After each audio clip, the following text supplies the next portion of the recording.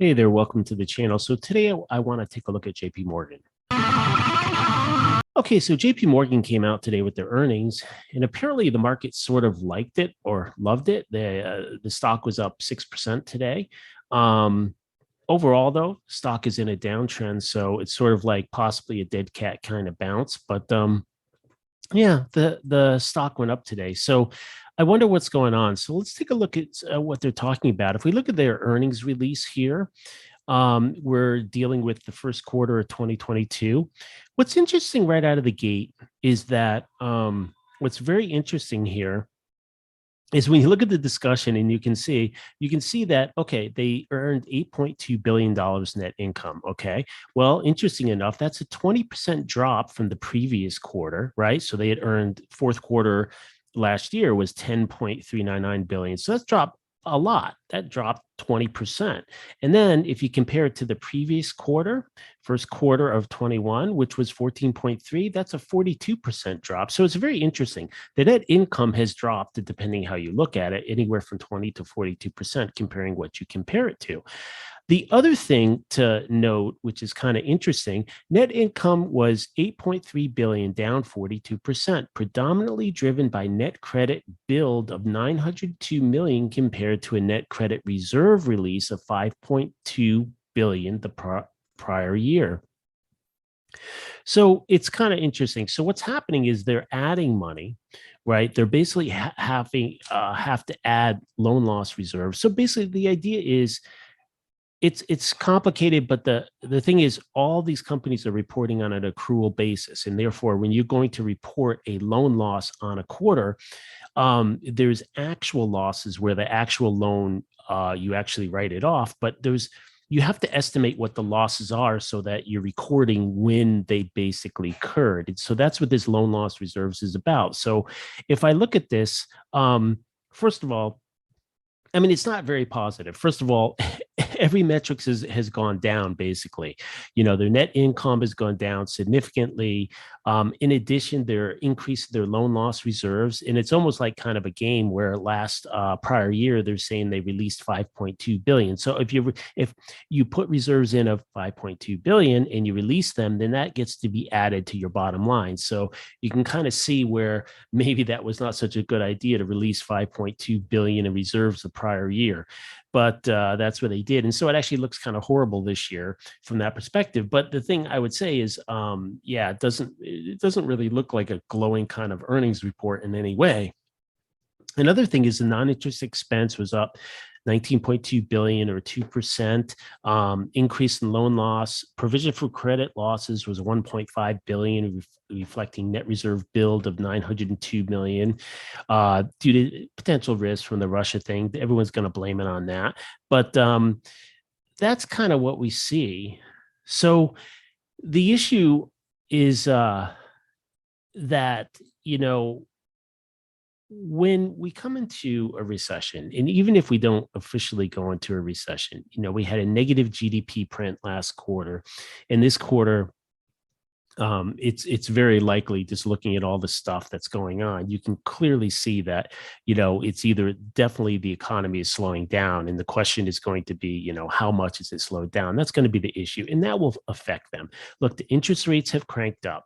We got rates that are on the 10-year that are still pushing around 3%. Sure, they've come off a little bit. You look at your mortgage rates are averaging over 5%. All this is going to cut down on various areas of demand. So one of the things, it doesn't look good.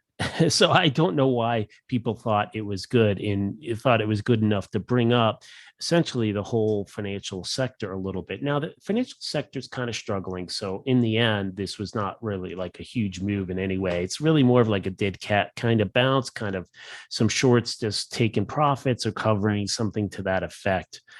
Um, let's look at net revenue. Here they are in their press release here. Consumer business banking. So the net revenue was 6 billion. So compared to the fourth quarter, it's a drop of 110 billion or 2%. So The consumer business banking has dropped 2% compared to the year before. It's grown 8%, apparently. So that's good. Home lending, compared to the previous quarter, it looks like it has grown 8%. So that looked like it was good. Card and auto actually dropped. Look at that. It dropped 2 point something billion dollars or whatever that is. And so it's a very small drop in car and auto lending there. And then non-interest expense pretty much looks like about the same. So yeah, interesting. So this is going to be, it's kind of weird how this is happening because people seem to be racking up their credit cards, you know. So the credit card volumes are probably going to go up in the next few quarters as people struggle to pay for things. But on the auto lending side, that's going to drop off. And it's kind of interesting that they're put their card and auto together, which is kind of it could be a little counter. They could play off each other. For example, if people are not buying new cars, then the auto lending will drop off a cliff. And if they're struggling, then they might be just ramping things up on the credit cards to try to get and make things, get by. Another interesting thing here is that the home lending is not been hit too hard at this point. You know, just looking at the first quarter 21, the home lending is okay. Let's be very careful here. It's actually down significantly. So I'm looking at the home lending line here. This is the current quarter, 1.1 bill or trillion. I think it's 1.1 trillion. And basically what you have is you had 1.4 over here in the previous year. And so what you'll see is that, so year over year, it dropped 20%. So that's a pretty significant drop.